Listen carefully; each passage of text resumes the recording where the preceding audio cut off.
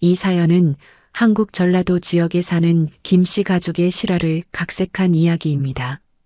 인생의 마지막 계절을 맞이한 노부부에게 남은 것은 단출한 시골집과 평생을 모아 은행에 넣어둔 얼마 안 되는 예금 통장이 전부였습니다.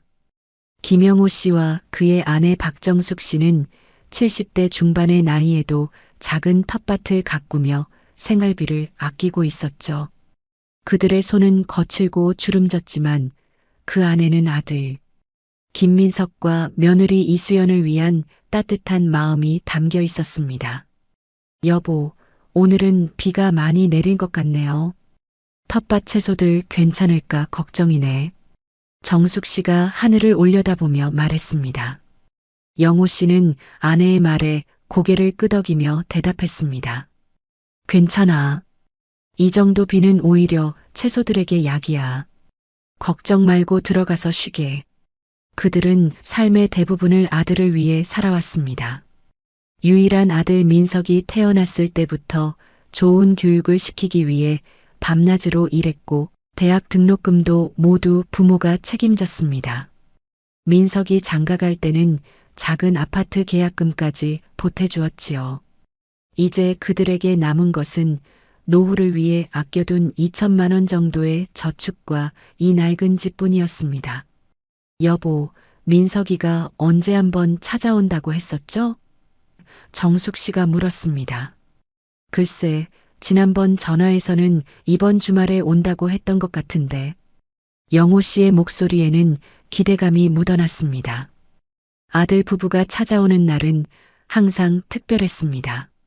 텃밭에서 가장 싱싱한 채소를 골라 며느리가 좋아하는 반찬을 준비하고 방도 깨끗이 청소했죠. 그러나 민석이 방문하는 횟수는 해가 갈수록 줄어들었습니다. 작년에는 2번, 올해는 아직 한 번도 오지 않았으니까요. 다음 날 아침 갑작스러운 전화벨 소리에 정숙 씨는 놀라 수화기를 들었습니다. 어머니, 저 민석이에요. 오늘 저녁에 수연이랑 같이 찾아뵐게요. 정숙 씨의 얼굴에 환한 미소가 번졌습니다. 그래, 아들. 정말 반가운 소식이구나. 어서 와라. 내가 좋아하는 반찬 많이 준비해 놓을게. 전화를 끊은 정숙 씨는 서둘러 장을 보러 나갔습니다. 오랜만에 아들이 온다는 생각에 마음이 들떴습니다. 시장에서 민석이 좋아하는 고기와 과일을 사고 집으로 돌아와 정성껏 음식을 준비했습니다. 해가 저물 무렵 대문 밖에서 차 소리가 들렸습니다. 정숙 씨와 영호 씨는 반가운 마음에 대문 앞으로 나갔습니다. 어머니, 아버지. 민석이 환한 얼굴로 부모님을 껴안았습니다. 그 뒤로 수연이 정중하게 인사했습니다. 어머님, 아버님, 오랜만에 뵙네요. 건강해 보이셔서 다행이에요. 영호 씨는 아들의 어깨를 두드리며 말했습니다. 그래, 잘 왔다. 들어가자꾸나. 저녁 식탁에는 정숙 씨가 정성껏 준비한 음식들이 가득했습니다. 민석이는 어머니의 음식을 맛있게 먹으며 가끔씩 아내와 눈을 마주쳤습니다. 그 눈빛에는 뭔가 다른 의도가 숨겨져 있는 것 같았지만 부모님은 그저 오랜만에 만난 아들 부부가 반가울 뿐이었습니다. 식사 후 민석이는 마당에 불을 피우자고 제안했습니다. 오늘은 날씨도 좋으니 마당에서 고기 구워 먹으면서 이야기 나눠요. 그렇게 그들은 마당에 모여 앉았습니다. 불빛이 그들의 얼굴을 따뜻하게 비추는 가운데 아무도 예상하지 못한 밤의 시작이었습니다. 마당에 피운 불빛이 네 사람의 얼굴을 은은하게 비추고 있었습니다. 민석이는 아버지가 숯불을 피우는 동안 아내 수연과 작은 목소리로 무언가를 속삭이더니 차에서 소주 몇 병을 가져왔습니다. 불빛 아래 고기가 지글지글 익어가는 소리와 함께 술잔이 오갔습니다. 아버지, 오랜만에 같이 술 한잔 하시죠. 민석이 잔을 건넸습니다. 영호 씨는 웃으며 잔을 받았습니다. 그래, 오랜만에 아들과 한잔하니 기분이 좋구나. 정숙 씨는 며느리를 바라보며 미소 지었습니다. 수연아, 요즘 일은 어떠니? 회사 다니느라 힘들지? 네, 어머님. 그래도 적응해 가고 있어요. 수연이 공손하게 대답했지만 그녀의 눈빛에는 어딘가 불안한 기색이 감돌았습니다. 몇 잔의 술이 오가자 민석의 얼굴이 붉게 달아올랐습니다. 그는 갑자기 숙였던 고개를 들고 부모님을 바라봤습니다. 그의 눈에는 평소와는 다른 결연함이 서려 있었습니다. 어머니, 아버지. 민석이 목을 가다듬었습니다. 사실 오늘 중요한 말씀드릴 게 있어서 왔어요. 영호 씨와 정숙 씨는 아들의 진지한 표정에 긴장했습니다. 무슨 일이 있는 걸까? 혹시 아이를 가졌다는 소식일까? 아니면 이사를 간다는 이야기? 여러 가능성이 두 노인의 머릿속을 스쳐 지나갔습니다. 어머니, 아버지, 사실. 민석이 입을 열었다가 다시 술을 한 모금 마셨습니다. 사업 자금이 조금 부족해요. 순간 공기가 무거워졌습니다. 정숙 씨는 불안한 눈빛으로 남편을 바라봤고 영호 씨는 표정을 굳혔습니다. 어떤 사업인데? 영호 씨가 조심스럽게 물었습니다. 민석은 자신감 있는 목소리로 대답했습니다. 인터넷 쇼핑몰이요. 요즘 온라인 시장이 엄청 커지고 있어서 저도 한번 도전해 보려고요. 수연이도 같이 할 거예요. 수연은 그저 고개를 끄덕일 뿐 말없이 바닥만 쳐다보고 있었습니다. 그런데 민석이 다시 말을 이었습니다. 초기 투자금이 좀 필요해서요. 얼마나? 영호 씨의 목소리가 낮아졌습니다. 민석은 잠시 망설이다가 말했습니다. 2천만 원 정도요. 그 순간 정숙 씨의 손이 떨렸습니다. 2천만 원. 그들이 노후를 위해 평생 모아온 전 재산과 맞먹는 금액이었습니다. 영호 씨는 말없이 자리에서 일어나 담배를 꺼내 물었습니다. 아버지, 제가 확실한 사업 계획이 있어요. 반드시 성공할 수 있을 거예요. 2천만 원만 빌려주시면 나중에 꼭 갚을게요. 영호 씨는 연신 담배 연기만 내뿜을 뿐 대답이 없었습니다. 정숙 씨는 가슴이 조여오는 느낌이었습니다. 아들을 도와주고 싶은 마음과 현실적인 어려움 사이에서 갈등했습니다. 민석아, 정숙 씨가 조심스럽게 입을 열었습니다. 우리가 그렇게 많은 돈이 없단다. 너 대학 보내고 결혼할 때 보태주고 나니 지금은 말을 끝맺지 못한 채 정숙 씨의 눈가에 눈물이 고였습니다. 아들을 도와주지 못하는 부모의 마음은 너무나 슬펐습니다. 그럼 얼마나 있으세요? 민석의 목소리가 날카로워졌습니다. 영호 씨가 담배를 꾹 눌러 끄며 말했습니다. 그런 식으로 묻는 건 아니지, 민석아. 민석은 점점 더 술에 취해가는 듯 했습니다. 아버지, 저 정말 절실해요. 이번이 마지막 기회라고요. 무거운 침묵이 흘렀습니다. 정숙 씨는 결심한 듯 말했습니다. 우리가 가진 게 많지는 않지만 500만 원이라도 보내줄게. 여보. 영호 씨가 놀란 눈으로 아내를 바라봤습니다. 그거 우리 생활비인데. 정숙 씨는 남편의 손을 꼭 잡았습니다. 괜찮아요. 좀 더 아끼면 되죠. 아들 사업 한번 도와줘야지. 민석의 표정이 일그러졌습니다. 500만 원이요? 그걸로 뭘 할 수 있다고 생각하세요? 그의 목소리가 점점 높아졌습니다. 수연이 남편의 팔을 잡으며 말했습니다. 여보, 진정해요. 하지만 민석은 이미 술 기운에 완전히 취해 있었습니다. 그의 눈에는 분노와 실망이 교차했습니다. 난 정말 민석이 중얼거리다가 갑자기 소리쳤습니다. 그냥 어머니 아버지가 죽었으면 좋겠어요. 순간 모든 것이 얼어붙은 듯 했습니다. 정숙 씨의 얼굴에서 핏기가 싹 가셨고 영호 씨는 크게 놀라 일어섰습니다. 수연은 충격에 손으로 입을 가렸습니다. 오빠, 지금 무슨 말을 하는 거야? 수연이 당황하며 말했습니다. 민석의 말은 부모의 가슴에 대못을 박았습니다. 정숙 씨의 눈에서 눈물이 흘러내렸고 영호 씨는 말없이 등을 돌렸습니다. 수연은 급히 민석을 일으켜 세웠습니다. 죄송합니다. 어머님, 아버님. 오빠가 너무 취했나 봐요. 먼저 방으로 들어가겠습니다. 그녀는 비틀거리는 민석을 부축해 방으로 데려갔습니다. 마당에는 영호 씨와 정숙 씨만 남았습니다. 불빛 아래 두 노인의 그림자가 길게 드리워져 있었습니다. 침묵이 마당 전체를 뒤덮었습니다. 타닥타닥 불꽃이 나무를 태우는 소리만이 가끔씩 정적을 깨뜨릴 뿐이었습니다. 영호 씨는 굳은 표정으로 불빛만 바라보고 있었고 정숙 씨는 떨리는 손으로 눈물을 훔쳤습니다. 여보, 정숙 씨가 남편의 손을 조심스레 잡았습니다. 손끝이 얼음장처럼 차가웠습니다. 영호 씨는 잠시 침묵하다가 무거운 목소리로 말했습니다.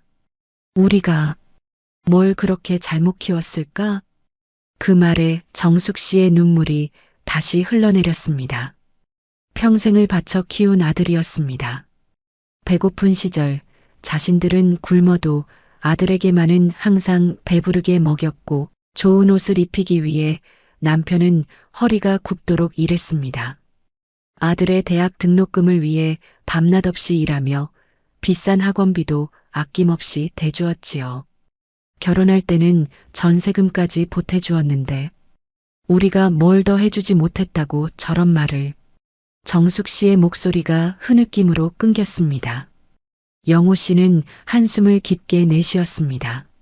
사람이 술에 취했을 때 하는 말이 진심이라더니 두 노인은 무거운 침묵 속에 앉아 있었습니다.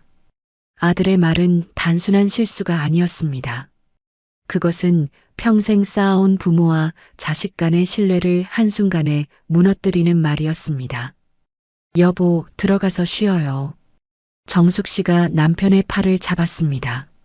내일 민석이와 얘기해봐요. 영호 씨는 고개를 끄덕였습니다. 그들은 무거운 발걸음으로 방으로 향했지만 누구도 잠을 이룰 수 없었습니다. 정숙 씨는 밤새 이불 속에서 울음을 삼켰고 영호 씨는 천장만 바라보며 긴 밤을 보냈습니다. 새벽녘 창문 너머로 희미한 빛이 스며들기 시작했습니다. 밤새 한숨도 자지 못한 정숙 씨는 일어나 부엌으로 향했습니다. 아무리 가슴이 아파도 아침 식사는 준비해야 했습니다. 어제의 일이 꿈이기를 바라는 마음으로 밥을 짓고 국을 끓였습니다. 아침 8시쯤 민석과 수연이 방에서 나왔습니다. 수연의 얼굴에는 미안함이 가득했지만 민석의 표정은 읽기 어려웠습니다. 어머니, 아침 준비하셨네요. 수연이 조심스럽게 말했습니다. 정숙 씨는 아무 말 없이 밥상을 차렸습니다. 영호 씨도 방에서 나와 무거운 발걸음으로 식탁에 앉았습니다. 네 사람이 둘러앉은 식탁은 어제와 달리 무거운 침묵으로 가득했습니다. 밥을 먹는 내내 아무도 말을 하지 않았습니다. 숟가락이 그릇에 부딪히는 소리만이 간간히 들릴 뿐이었죠. 식사가 끝나갈 무렵 정숙 씨가 조심스럽게 입을 열었습니다. 민석아, 어젯밤에 내가 한 말 기억하니? 민석은 고개를 들어 어머니를 바라봤습니다. 그의 눈에는 어떤 감정도 읽을 수 없었습니다. 무슨 말씀이세요? 정숙 씨는 놀란 눈으로 아들을 바라봤습니다. 내가 어젯밤에 우리에게 한 말 말이다. 민석은 무표정하게 대답했습니다. 아, 돈 얘기요? 500만 원으로는 턱없이 부족하다고 했잖아요. 영호 씨가 숟가락을 내려놓았습니다. 그의 눈에 분노가 서렸습니다. 민석아, 내가 어젯밤에 우리에게 뭐라고 했는지 정말 기억 안 나는 거냐? 민석은 어깨를 으쓱했습니다. 술을 좀 마셨으니까 자세히 기억나지 않네요. 수연이 당황한 표정으로 남편을 쳐다봤습니다. 여보, 어젯밤에 어머님 아버님께. 민석이 수연을 날카롭게 쳐다보자 그녀는 말을 멈췄습니다. 정숙 씨는 떨리는 목소리로 말했습니다. 내가 우리가 죽었으면 좋겠다고 했어. 순간 방 안의 공기가 얼어붙었습니다. 민석의 표정이 잠시 흔들렸지만 곧 무표정으로 돌아왔습니다. 그런 말을 했나요? 기억이 안 나네요. 술김에 한 말일 텐데 뭐 그렇게 심각하게 받아들이세요? 영호 씨가 탁자를 내리쳤습니다. 민석아, 내가 지금 무슨 말을 하는 거냐? 민석은 오히려 목소리를 높였습니다. 아버지, 뭐가 그렇게 화나세요? 술김에 한 말인데. 술김에 했다고 해서 그런 말을 할 수 있는 게 아니다. 영호 씨의 얼굴이 붉게 달아올랐습니다. 민석은 갑자기 웃음을 지었습니다. 그 웃음에는 냉소가 묻어 있었습니다. 어머니가 저한테 해준 게 뭐가 있다고 그러세요? 다른 부모들은 자식들 집도 사주고 사업 자금도 대주는데 정숙 씨는 충격에 말을 잇지 못했습니다. 평생을 바쳐 키운 아들이 지금 무슨 말을 하고 있는 건지 믿기지 않았습니다. 내가 지금 무슨 말을 하는 거니? 정숙 씨의 목소리가 떨렸습니다. 민석은 더욱 강경한 태도로 말을 이었습니다. 솔직히 말할게요. 부모님이 우리한테 해준 게 뭐가 있어요? 다른 집은 자식들 결혼할 때, 아파트도 사주고 사업할 때 지원도 해주는데, 수연이 황급히 민석의 팔을 잡았습니다. 여보, 그만해요. 제발. 하지만 민석은 이미 걷잡을 수 없는 상태였습니다. 2천만 원이 뭐라고 그렇게 큰 얼굴을 하세요? 그 돈도 없으면서. 영호 씨의 얼굴이 백지장처럼 하얗게 변했습니다. 평생 자존심 한번 구기지 않고 살아온 그였습니다. 누구에게도 돈을 빌리지 않았고 아들에게 물려줄 재산은 적어도 자식 앞에서 고개를 숙이지 않을 만큼의 자존심은 있었습니다. 민석아, 영호 씨의 목소리가 떨렸습니다. 내가 지금 무슨 말을 하는지 알기나 하니? 민석은 일어서며 냉소적으로 말했습니다. 알아요. 500만 원도 없으면서 뭐가 그렇게 큰 소리세요? 그냥 솔직하게 없다고 하지 그랬어요? 그 순간 영호 씨의 눈에서 눈물이 흘러내렸습니다. 70 넘게 살면서 아들 앞에서 운 적은 처음이었습니다. 영호 씨의 눈물은 정숙 씨에게 더 큰 충격이었습니다. 평생 단 한 번도 남편이 아들 앞에서 눈물 흘리는 모습을 본 적이 없었으니까요. 강인했던 남편의 모습이 무너지는 순간이었습니다. 민석아, 정숙 씨가 떨리는 목소리로 말했습니다. 우리가 너에게 해준 게 없다고? 그게 정말 내 마음이니? 민석은 잠시 침묵했습니다. 그의 눈에 잠깐 동요가 스쳐 지나갔지만 이내 굳은 표정으로 돌아왔습니다. 네, 솔직히 그래요. 제 친구들 부모님들은 다 자식들 잘 되라고 지원해 주는데 우리 부모님은. 수연이 더 이상 참지 못하고 자리에서 일어났습니다. 여보, 그만해요.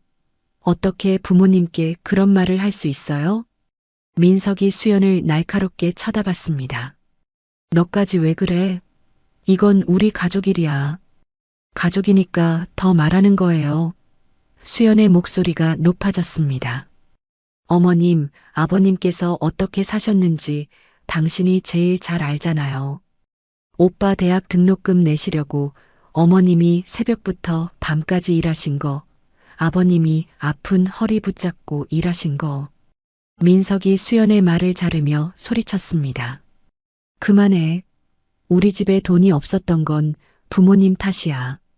더 열심히 일하고 더 많이 벌었으면. 그 말에 영호 씨가 벌떡 일어났습니다. 그의 얼굴은 분노와 슬픔이 뒤섞인 표정이었습니다. 더 이상 듣지 않겠다. 영호 씨의 목소리는 낮지만 단호했습니다. 너는 더 이상 내 아들이 아니다. 정숙 씨가 놀라 남편의 팔을 잡았습니다. 여보, 영호 씨는 아내의 손을 뿌리치고 방으로 들어갔습니다. 문을 쾅 닫는 소리가 온 집안을 진동시켰습니다. 남겨진 세 사람 사이에 무거운 침묵이 내려앉았습니다. 정숙 씨는 아들의 얼굴을 바라봤습니다. 그녀의 눈에는 슬픔보다 실망이 더 크게 자리 잡고 있었습니다. 민서가, 우리가 너를 그렇게 키우지 않았어. 정숙 씨의 목소리는 이제 평온했습니다. 내가 원하는 돈이 없어서 미안하구나. 하지만 그건 우리가 게을러서가 아니라 너를 위해 모든 것을 쓰고 남은 것이 이것뿐이기 때문이란다. 민석은 무슨 말을 해야 할지 모르는 듯 서 있었습니다. 그의 눈에 잠시 후회의 빛이 스쳤지만 이내 고개를 돌렸습니다. 우리는 곧 돌아갈게요. 민석이 짧게 말했습니다. 수연은 민석과 정숙 씨를 번갈아 바라보다가 결국 고개를 숙였습니다. 어머님, 정말 죄송합니다. 정숙 씨는 아무 말도 하지 않고 그저 고개를 끄덕였습니다. 그녀의 가슴 속에서는 무언가가 영원히 깨어진 것 같았습니다. 민석과 수연은 서둘러 짐을 챙겼습니다. 영호 씨는 끝내 방에서 나오지 않았고 정숙 씨는 현관에서 떠나는 아들 부부를 바라봤습니다. 어머니, 민석이 마지막으로 정숙 씨를 돌아봤습니다. 그의 목소리에는 어제의 오만함은 없었지만 진정한 후회의 기색도 보이지 않았습니다. 정숙 씨는 아들의 눈을 마지막으로 바라봤습니다. 민석아, 내가 언젠가는 부모의 마음을 이해하게 되길 바란다. 그것이 그들의 마지막 대화였습니다. 민석과 수연은 차에 올라타 떠났고 정숙 씨는 텅 빈 마당에 홀로 남았습니다. 멀어지는 차의 엔진 소리가 사라질 때까지 그녀는 그 자리에 서 있었습니다. 집으로 돌아온 정숙 씨는 남편의 방문을 조심스레 두드렸습니다. 여보, 들어가도 될까요? 아무 대답이 없자 그녀는 문을 열었습니다. 영호 씨는 창가에 앉아 먼 산을 바라보고 있었습니다. 가버렸어요? 영호 씨가 아내를 돌아보지 않고 물었습니다. 네, 방금 떠났어요. 정숙 씨가 남편 옆에 앉았습니다. 두 사람은 한동안 말없이 창밖만 바라봤습니다. 평생을 함께 살아온 부부였기에 말하지 않아도 서로의 마음을 읽을 수 있었습니다. 여보, 정숙 씨가 마침내 입을 열었습니다.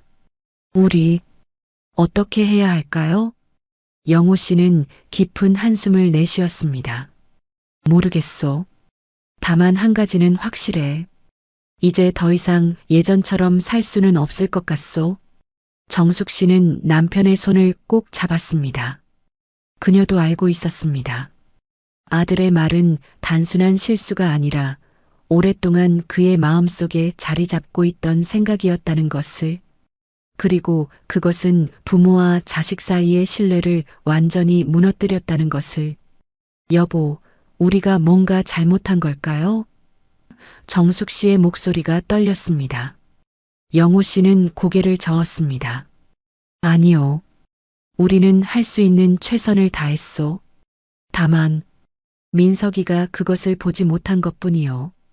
두 사람의 눈에서 동시에 눈물이 흘러내렸습니다. 그것은 슬픔의 눈물이면서도 어떤 의미에서는 해방의 눈물이기도 했습니다. 더 이상 감당할 수 없는 기대와 실망의 굴레에서 벗어나는 듯한 느낌이었습니다. 여보, 영호 씨가 천천히 말했습니다. 이제 우리 둘만의 삶을 살아봅시다. 정숙 씨는 눈물을 닦으며 고개를 끄덕였습니다. 네, 이제는 우리 둘만 생각해요. 창밖으로 저녁 노을이 붉게 물들고 있었습니다. 그것은 그들 인생의 한 장이 끝나고 새로운 장이 시작됨을 알리는 듯 했습니다. 이틀 후 영호 씨와 정숙 씨는 마을 부동산에 앉아 있었습니다. 영호 씨가 단호한 목소리로 말했습니다. 다른 동네로 이사 가려고 합니다. 조용하고 평화로운 곳이면 좋겠어요. 부동산 중개인은 노부부를 바라보며 물었습니다. 어르신들, 갑자기 이사를 결심하신 이유가 있으신가요? 이 동네에서 오래 사셨다고 들었는데. 정숙 씨는 남편의 손을 꼭 잡았습니다. 새로운 시작을 하고 싶어서요. 중개인은 더 이상 묻지 않고 매물 사진들을 보여주기 시작했습니다. 이 집은 어떠세요? 시내에서 좀 떨어져 있지만 전원 분위기가 좋고 집값도 적당합니다. 영호 씨는 사진을 자세히 들여다봤습니다. 작은 마당이 있는 단층 주택이었습니다. 텃밭을 가꿀 공간도 충분해 보였습니다. 이 집이 좋겠네요. 언제 볼 수 있을까요? 영호 씨가 물었습니다. 내일 오전에 안내해 드릴 수 있습니다. 중개인이 대답했습니다. 집으로 돌아오는 길, 두 사람은 평소보다 더 가볍게 걸었습니다. 마치 오랫동안 짊어졌던 무거운 짐을 내려놓은 듯한 느낌이었습니다. 여보, 정말 이사해도 괜찮을까요? 정숙 씨가 조심스럽게 물었습니다. 영호 씨는 아내의 손을 꼭 잡았습니다. 네, 이제는 우리 삶을 살아야 할 때예요. 지난 40년 동안 민석이를 위해 살았잖아요. 이제는 우리 둘만의 시간을 가져야 할 것 같아요.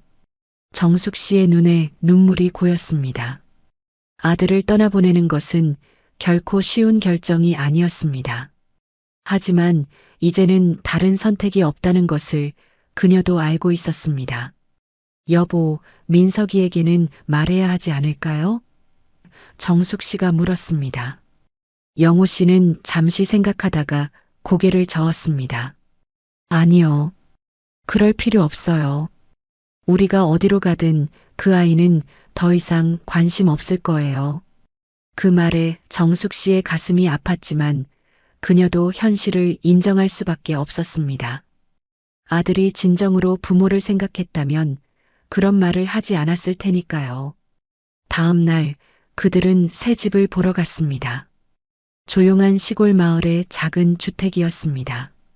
집은 낡았지만 아늑했고 무엇보다 아무도 그들을 모르는 곳이었습니다. 여기가 좋겠어요. 정숙 씨가 집 안을 둘러보며 말했습니다. 마당도 있고 텃밭도 가꿀 수 있고. 영호 씨도 고개를 끄덕였습니다. 그럼 계약하겠습니다. 중개인은 놀란 표정이었습니다.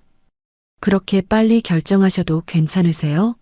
다른 집도 더 볼 수 있는데. 영호 씨는 미소를 지으며 대답했습니다.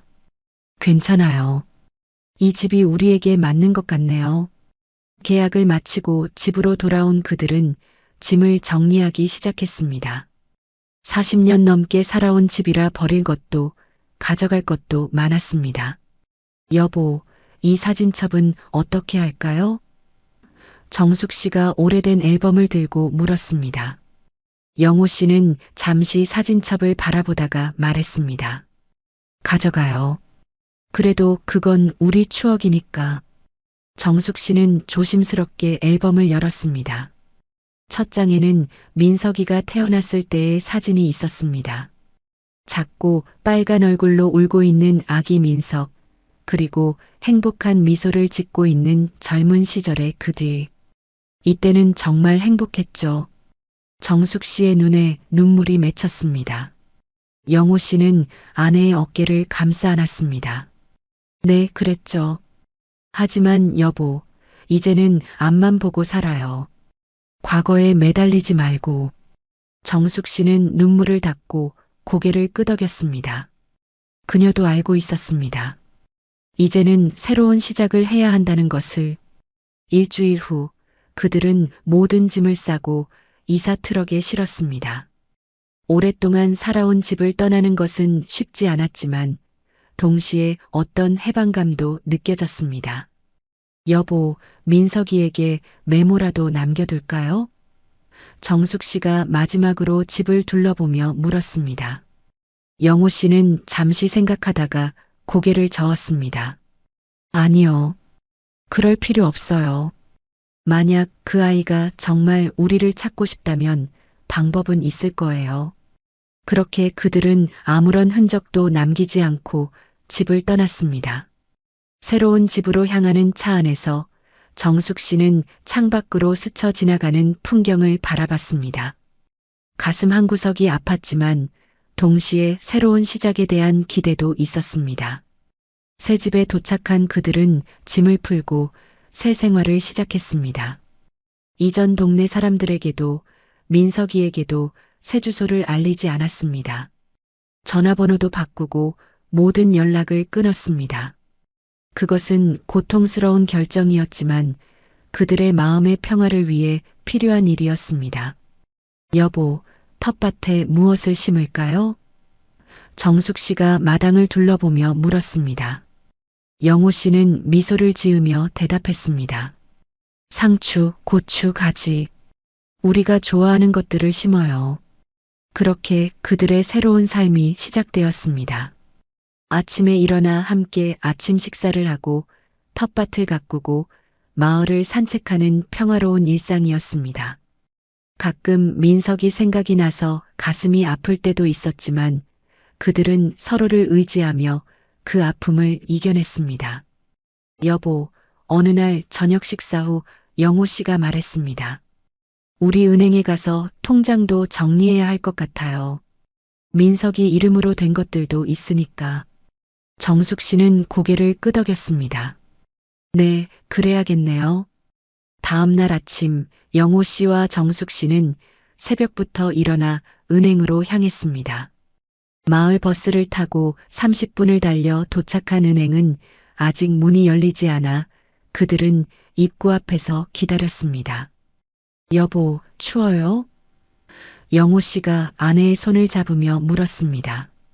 정숙 씨는 고개를 저었습니다. 괜찮아요. 곧 열릴 거예요. 9시가 되자 은행 문이 열렸고 그들은 안으로 들어갔습니다. 창구에 앉아있던 젊은 직원이 미소를 지으며 맞이했습니다. 어서 오세요, 어르신들. 무엇을 도와드릴까요? 영호 씨가 통장 몇 개를 꺼내 책상 위에 올려놓았습니다.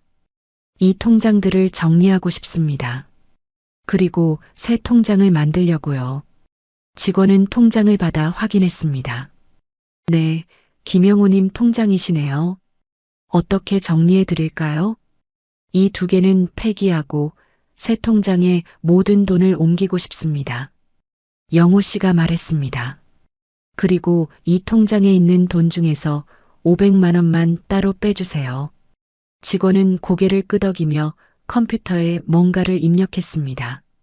김영호님, 현재 새 통장을 합치면 1,800만 원 정도 있으시네요. 500만 원을 따로 빼면 1,300만 원이 새 통장으로 이체되는데 맞으신가요? 영호 씨는 고개를 끄덕였습니다. 네, 맞습니다. 정숙 씨는 남편을 바라봤습니다. 여보, 500만 원은? 영호 씨는 아내의 손을 꼭 잡았습니다. 민석이 주려고 했던 돈이에요. 비록 그 아이가 우리 마음을 아프게 했지만 약속한 건 지켜야죠. 정숙 씨의 눈에 눈물이 고였지만 그녀는 고개를 끄덕였습니다. 아무리 아들이 상처를 줬어도 부모의 마음은 쉽게 변하지 않는 법이었습니다. 500만 원은 어떻게 해드릴까요? 직원이 물었습니다. 영호 씨는 잠시 생각하다가 대답했습니다. 김민석 명의로 된 통장을 만들어주세요. 그리고 그 주소는 우리 예전 집 주소로 해주세요. 직원은 고개를 끄덕이며 필요한 서류를 준비했습니다. 모든 절차가 끝나고 그들은 새 통장과 김민석 명의의 통장을 받았습니다. 이 통장은 어떻게 하실 건가요? 정숙 씨가 아들의 통장을 바라보며 물었습니다. 영호 씨는 깊은 숨을 내쉬었습니다. 예전 집 우편함에 넣어둘 거예요. 그 아이가 찾든 말든 우리가 약속한 것은 지켰다는 걸 보여주고 싶어요. 그들은 은행을 나와 예전 집으로 향했습니다. 버스를 타고 1시간가량 달려 도착한 그곳은 이제 낯선 곳이 되어 있었습니다. 영호 씨는 조심스럽게 우편함을 열고 통장을 넣었습니다. 봉투에는 민석이에게라고 적혀 있었습니다. 이걸로 끝이네요. 영호 씨가 우편함을 닫으며 말했습니다. 정숙 씨는 예전 집을 한 번 더 바라본 후 고개를 돌렸습니다. 이제 돌아가요, 여보. 집으로 돌아오는 길, 두 사람은 많은 말을 하지 않았습니다. 각자의 생각에 잠겨 있었지만 그들의 손은 계속 맞잡혀 있었습니다. 때로는 말보다 더 깊은 위로가 되는 것은 그렇게 서로의 곁에 있어주는 것이었습니다. 새 집에 도착한 그들은 텃밭에서 일을 시작했습니다. 땅을 파고 씨앗을 심고 물을 주는 단순한 일들이 그들의 마음을 차분하게 해주었습니다. 여보, 생각해보니 우리가 함께 이렇게 텃밭을 가꾸는 건 처음인 것 같아요. 정숙 씨가 땀을 닦으며 말했습니다. 영호 씨는 미소를 지었습니다. 그러네요. 항상 바빠서 이렇게 함께하는 시간이 없었던 것 같아요. 이제라도 늦지 않았네요. 정숙 씨가 남편의 손을 잡았습니다. 그날 저녁 그들은 텃밭에서 딴 신선한 채소로 저녁 식사를 준비했습니다. 식탁에 둘러앉아 함께 먹는 식사는 오랜만에 느끼는 평화로움이었습니다. 여보, 오늘 처음으로 민석이 생각이 안 났어요. 정숙 씨가 숟가락을 내려놓으며 말했습니다. 영호 씨는 놀란 표정으로 아내를 바라봤습니다. 정말요? 정숙 씨는 고개를 끄덕였습니다. 네. 텃밭 일을 하면서 너무 집중해서 그랬나 봐요. 마음이 좀 편해졌어요. 영호 씨는 아내의 손을 잡았습니다. 다행이에요. 시간이 지나면 점점 나아질 거예요. 그날 밤 정숙 씨는 오랜만에 편안한 잠을 잤습니다.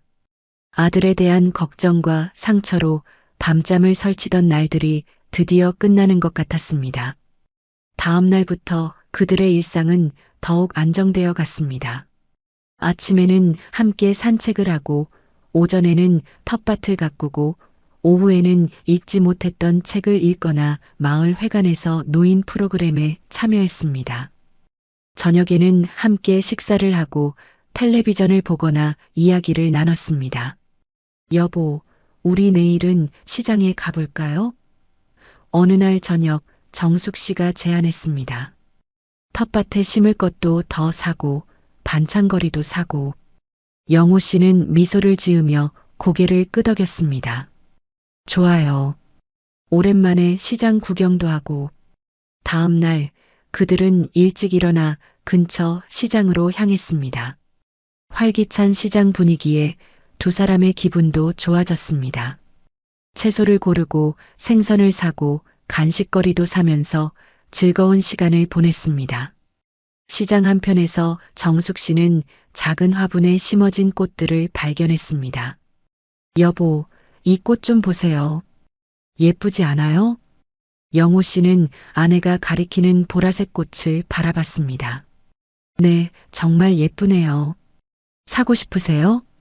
정숙 씨는 눈을 반짝이며 고개를 끄덕였습니다. 우리 집 창가에 두면 좋을 것 같아요. 영호 씨는 주저없이 지갑을 꺼냈습니다. 그럼 사요. 여보가 좋아하는 건 뭐든지. 화분을 사들고 집으로 돌아오는 길, 정숙 씨의 마음은 따뜻했습니다. 오랜 세월 동안 아들을 위해 모든 것을 희생했던 그들이 이제는 서로를 위한 작은 행복을 찾아가고 있었습니다. 집에 돌아와 정숙 씨는 화분을 창가에 조심스럽게 놓았습니다. 햇빛이 잘 드는 자리였습니다. 여기 두면 잘 자랄 거예요. 정숙 씨가 만족스럽게 말했습니다.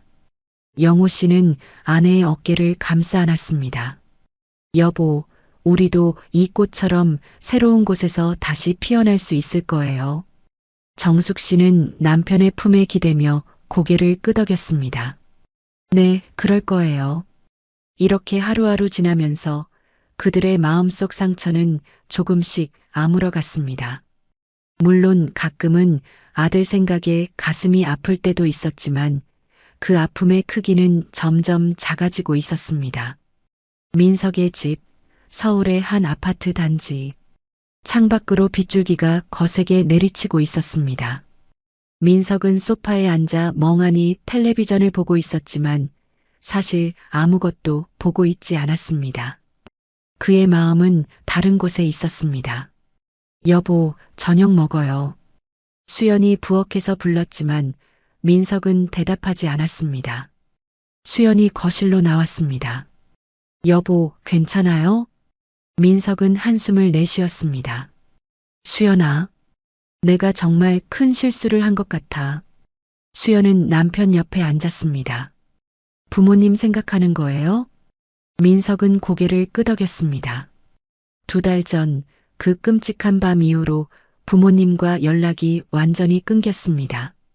처음에는 화가 나서 연락하지 않았지만 시간이 지날수록 자신이 한 말에 대한 후회가 밀려왔습니다. 부모님께 전화해 봤어요? 수연이 조심스럽게 물었습니다. 민석은 고개를 저었습니다. 여러 번 했어. 하지만 전화를 안 받으셔. 문자도 보냈는데 답장도 없어. 수연은 남편의 손을 잡았습니다. 그럼 직접 찾아가 보는 건 어때요? 민석은 고개를 들었습니다. 그래, 내일 가보자. 다음 날 민석과 수연은 부모님의 집을 향해 출발했습니다. 차 안에서 민석은 계속 초조한 모습이었습니다. 어떤 말로 사과해야 할지, 부모님이 자신을 용서해 주실지, 여러 생각들이 머릿속을 맴돌았습니다. 여보, 너무 걱정하지 마요. 부모님은 항상 이해해 주실 거예요. 수연이 위로했지만 민석의 불안은 쉽게 가라앉지 않았습니다. 마침내 그들은 부모님의 집 앞에 도착했습니다. 그러나 뭔가 이상했습니다. 집 앞에는 낯선 간판이 걸려 있었고 마당에는 처음 보는 화분들이 놓여 있었습니다. 여보, 이상해요. 다른 사람들이 살고 있는 것 같아요. 수연이 걱정스러운 목소리로 말했습니다. 민석은 급히 차에서 내려 대문 앞으로 갔습니다. 초인종을 누르자 낯선 중년 여성이 문을 열었습니다. 누구세요? 여성이 물었습니다. 민석은 당황한 표정으로 대답했습니다. 저, 이전에 여기 살던 부모님을 찾고 있습니다. 김영호, 박정숙이라고. 여성은 고개를 저었습니다. 아, 그분들요? 2달 전에 이사 가셨어요. 우리가 이 집을 산 거죠. 민석의 얼굴이 하얗게 변했습니다. 이사요? 어디로 가셨는지 혹시 아세요? 여성은 다시 고개를 저었습니다. 글쎄요, 말씀 안 하셨어요. 부동산을 통해 거래했거든요. 민석은 무력감에 어깨가 축 처졌습니다. 수연이 다가와 그의 팔을 잡았습니다. 혹시 연락처라도? 수연이 물었지만 여성은 모른다고 대답했습니다. 그런데 여성이 덧붙였습니다. 얼마 전에 우편함에서 봉투 하나를 발견했어요. 김민석이라는 이름으로 된 거였는데 혹시... 민석의 눈이 커졌습니다. 네, 제 이름이에요. 여성은 집 안으로 들어가 잠시 후 하얀 봉투를 가지고 나왔습니다. 이거예요. 보관해뒀어요. 민석은 떨리는 손으로 봉투를 받았습니다. 민석이에게라고 적힌 어머니의 글씨체였습니다. 감사합니다. 민석이 인사를 하고 수연과 함께 차로 돌아왔습니다. 차 안에서 민석은 조심스럽게 봉투를 열었습니다. 안에는 통장 하나와 짧은 편지가 들어 있었습니다. 민석은 떨리는 손으로 편지를 펼쳤습니다. 민석아, 내가 사업 자금이 필요하다고 했지. 우리가 약속한 500만 원이야. 비록 내가 원하는 만큼은 아니지만 부모로서 할 수 있는 최선이었단다.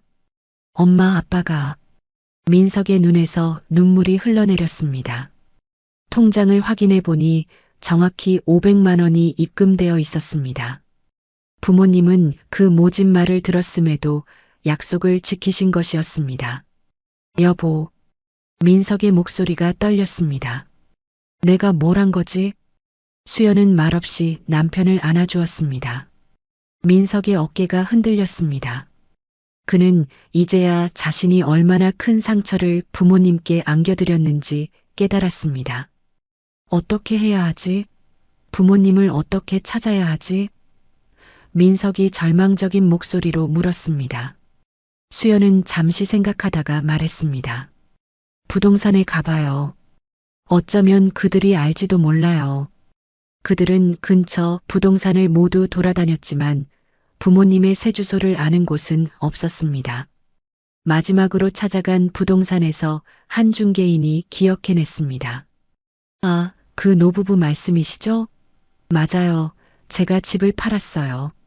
하지만 새 주소는 말씀 안 하셨어요. 다만 시골 쪽으로 가신다고 하셨던 것 같아요. 민석은 더 이상의 단서를 찾을 수 없었습니다. 그들은 집으로 돌아왔고 민석은 소파에 털썩 주저앉았습니다. 이제 어떻게 해야 하지? 부모님을 영영 못 만나는 건 아닐까? 민석의 목소리에는 절망감이 가득했습니다. 수연은 남편 옆에 앉아 그의 어깨를 감쌌습니다. 시간이 필요할 거예요. 부모님도 마음의 상처를 치유할 시간이 필요하실 거고, 우리도 그 시간 동안 더 성숙해져야 해요. 민석은 고개를 끄덕였습니다. 그는 통장을 바라보며 깊은 한숨을 내쉬었습니다. 이 돈, 난 쓰지 않을 거야. 민석이 결심한 듯 말했습니다. 언젠가 부모님을 찾으면 이 돈에 이자까지 더해서 돌려드릴 거야. 수연은 미소를 지으며 고개를 끄덕였습니다. 그래요. 그게 좋을 것 같아요. 그날 밤 민석은 오랜만에 어릴 적 사진첩을 꺼내 보았습니다. 자전거 타는 법을 가르쳐 주시던 아버지, 아플 때 밤새 간호해 주시던 어머니, 그 모든 순간들이 민석의 마음을 더욱 아프게 했습니다. 부모님, 민석은 사진을 보며 중얼거렸습니다. 정말 죄송합니다. 제발 다시 만날 수 있게 해주세요. 그때부터 민석은 매주 주말마다 부모님을 찾아 나섰습니다. 주변 시골 마을들을 돌아다니며 노부부를 보면 다가가 물었지만 부모님의 흔적은 찾을 수 없었습니다. 시간이 흐르면서 민석의 마음속에는 후회와 그리움이 깊게 자리 잡았습니다. 그는 이제 부모님의 사랑이 얼마나 소중했는지, 그리고 자신이 얼마나 어리석었는지 깨달았습니다. 어느 날 밤 민석은 수연에게 말했습니다. 여보, 나 생각이 있어. 수연은 궁금한 표정으로 남편을 바라봤습니다. 무슨 생각이요? 민석은 결심한 듯 말했습니다. 부모님을 찾기 위해 내가 할 수 있는 모든 것을 다 해볼 거야. 신문에 광고도 내고 방송국에도 사연을 보내볼 거야. 수연은 남편의 손을 꼭 잡았습니다. 그래요. 꼭 찾을 수 있을 거예요. 새벽빛이 창문을 통해 스며들었습니다. 정숙 씨는 일찍 일어나 마당으로 나갔습니다. 이제 텃밭의 채소들이 무성하게 자라고 있었고 그녀가 심은 꽃들도 아름답게 피어 있었습니다. 3달 전 이사 온 이후 그들의 삶은 조용하고 평화로워졌습니다. 여보, 벌써 일어나셨네요. 영호 씨가 잠옷 차림으로 마당으로 나왔습니다. 정숙 씨는 미소를 지으며 고개를 끄덕였습니다. 날씨가 너무 좋아서 일찍 나왔어요. 오늘은 상추를 좀 따야겠어요. 영호 씨는 아내 옆에 서서 함께 텃밭을 바라봤습니다. 그들의 노력으로 만들어진 작은 천국이었습니다. 여보, 오늘 시장에 가볼까요? 영호 씨가 제안했습니다. 과일도 사고 저녁에 생선도 구워 먹고 정숙 씨는 반갑게 고개를 끄덕였습니다. 좋아요. 오랜만에 장을 보러 가요. 아침 식사 후 그들은 단정하게 차려입고 시장으로 향했습니다. 마을 버스를 타고 30분 정도 가면 도착하는 큰 시장이었습니다. 시장은 사람들로 북적였고 다양한 물건들이 진열되어 있었습니다. 여보, 이 사과 좀 보세요. 정말 싱싱해 보이네요. 정숙 씨가 과일 가게 앞에서 사과를 들어 올렸습니다. 영호 씨는 고개를 끄덕였습니다. 그래요. 사과 몇 개 사서 저녁에 먹어요. 그들은 시장을 돌아다니며 필요한 것들을 샀습니다. 신선한 생선, 과일, 채소, 그리고 간식거리도 몇 가지 샀습니다. 장을 보는 동안 그들의 얼굴에는 편안한 미소가 맴돌았습니다. 시장 구경을 마치고 그들은 근처 작은 식당에 들어갔습니다. 오랜만에 밖에서 식사를 하는 것이었습니다. 여보, 여기 칼국수가 맛있대요. 정숙 씨가 메뉴판을 보며 말했습니다. 그들은 칼국수와 만두를 주문했습니다. 음식이 나오자 정숙 씨는 조심스럽게 국수를 젓가락으로 들어 남편의 그릇에 올려놓았습니다. 여보, 많이 드세요. 정숙 씨의 얼굴에 미소가 번졌습니다. 영호 씨도 만두를 아내의 접시에 올려주었습니다. 여보도 많이 먹어요. 그렇게 평화로운 식사 시간을 보내고 있을 때 갑자기 식당 텔레비전에서 흘러나오는 소리가 그들의 귀에 들어왔습니다. 오늘의 가족을 찾습니다. 코너에서는 부모님을 찾고 있는 한 남성의 사연을 소개해 드립니다. 정숙 씨와 영호 씨는 무심코 텔레비전을 바라봤습니다. 화면에는 익숙한 얼굴이 보였습니다. 민석이었습니다. 저는 김민석이라고 합니다. 저는 지금 제 부모님을 찾고 있습니다.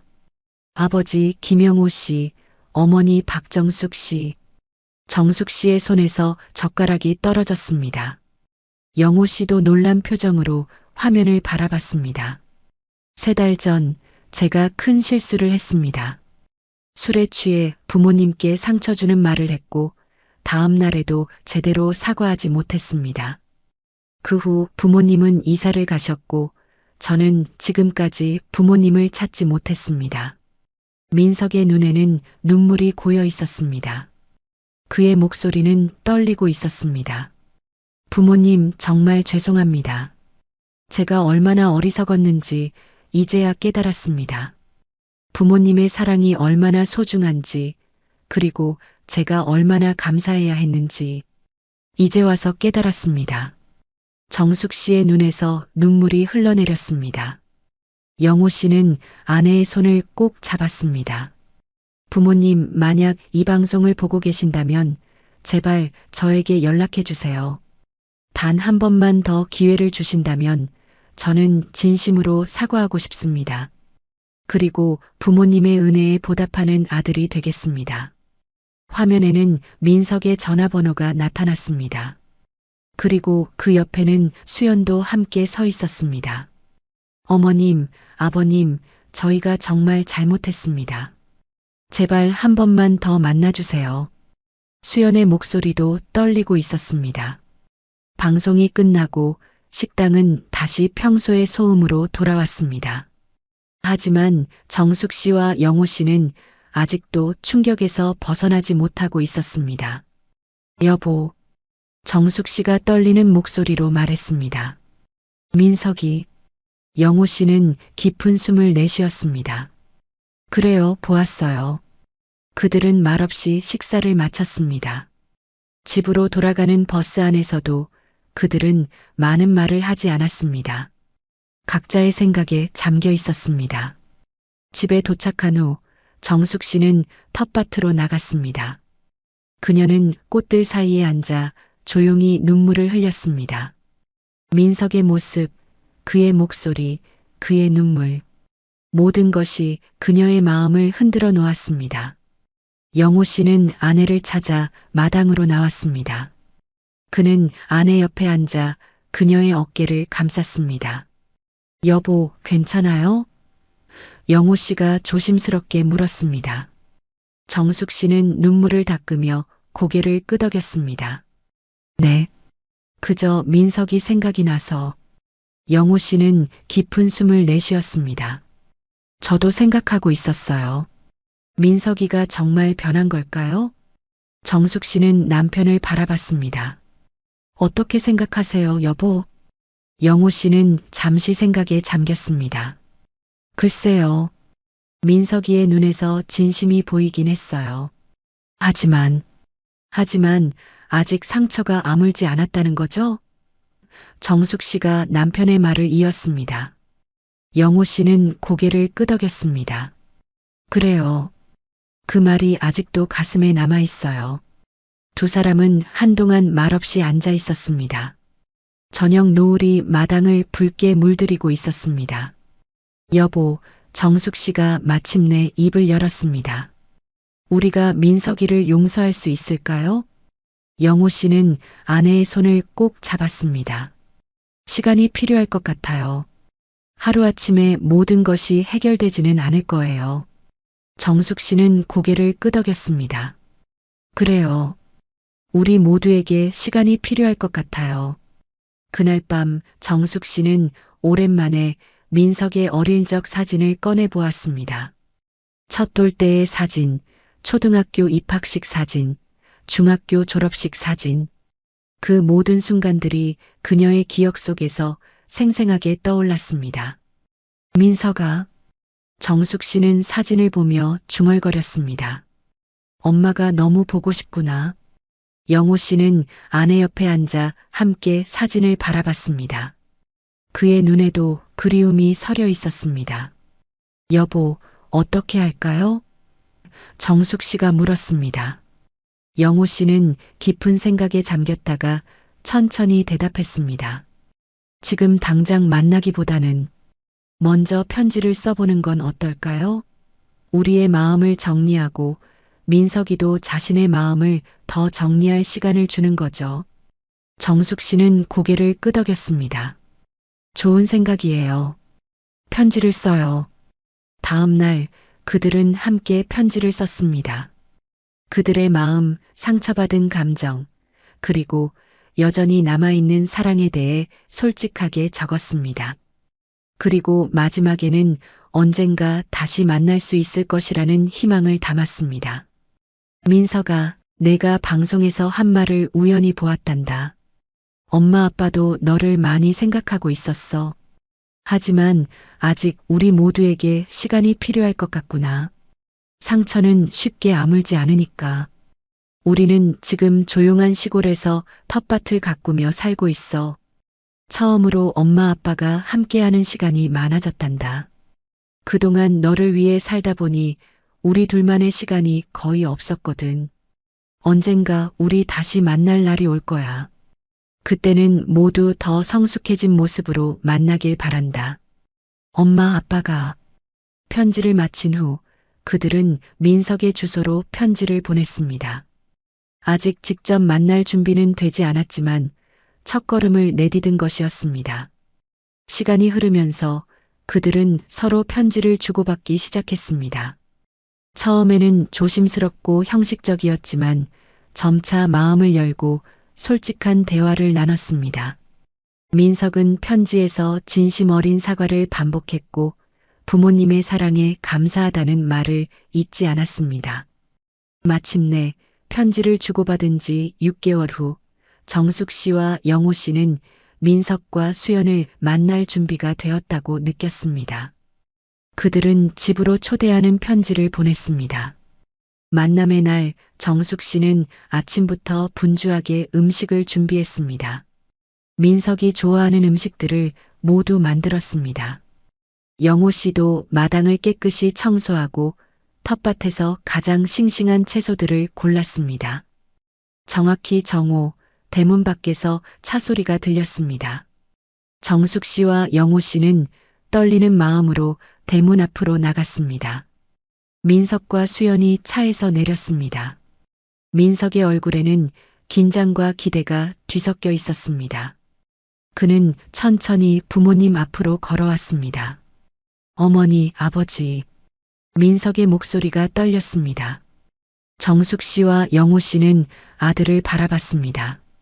3개월 만에 보는 아들의 모습은 많이 달라져 있었습니다.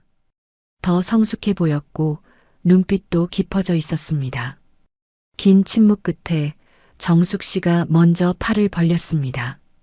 민석아, 민석은 어머니의 품에 안겼습니다. 그의 어깨가 흔들렸습니다. 어머니, 정말 죄송합니다. 제가 너무 어리석었어요. 정숙 씨는 아들의 등을 토닥였습니다. 알아, 민석아. 이제 다 지나간 일이야. 영호 씨도 다가와 아들의 어깨를 잡았습니다. 들어가자, 아들아. 수연도 조심스럽게 인사했습니다. 어머님, 아버님, 저희가 정말 죄송했습니다. 네 사람은 집 안으로 들어갔습니다. 정숙 씨가 준비한 음식들이 식탁 위에 가득했습니다. 앉아라, 많이 배고프지? 정숙 씨가 웃으며 말했습니다.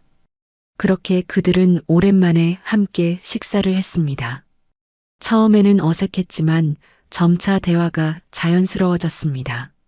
민석은 자신의 사업에 대해 이야기했고 수연은 새로운 직장에 대해 말했습니다. 정숙 씨와 영호 씨는 텃밭 이야기와 마을 생활에 대해 들려주었습니다. 식사가 끝난 후 민석은 조심스럽게 가방에서 무언가를 꺼냈습니다. 통장이었습니다. 어머니, 아버지, 이것은 제가 약속드린 대로 500만 원의 이자를 더한 금액입니다. 그리고 민석은 또 다른 봉투를 꺼냈습니다. 이것은 제가 사업을 시작하고 첫 수익금의 일부입니다. 부모님께 드리고 싶어요. 정숙 씨와 영호 씨는 놀란 표정으로 서로를 바라봤습니다. 민석아, 돈은 필요 없다. 영호 씨가 말했습니다. 우리에게 필요한 건 내가 잘 사는 모습을 보는 거야. 민석은 고개를 저었습니다. 아니에요, 아버지. 이건 제 마음이에요. 제발 받아주세요. 정숙 씨는 아들의 손을 잡았습니다. 알았다, 민석아. 고맙구나. 그날 오후 그들은 함께 텃밭을 거닐며 이야기를 나눴습니다. 상처는 아직 완전히 아물지 않았지만 치유의 과정이 시작되었습니다. 그들은 이제 서로를 더 깊이 이해하고 더 소중히 여기게 되었습니다.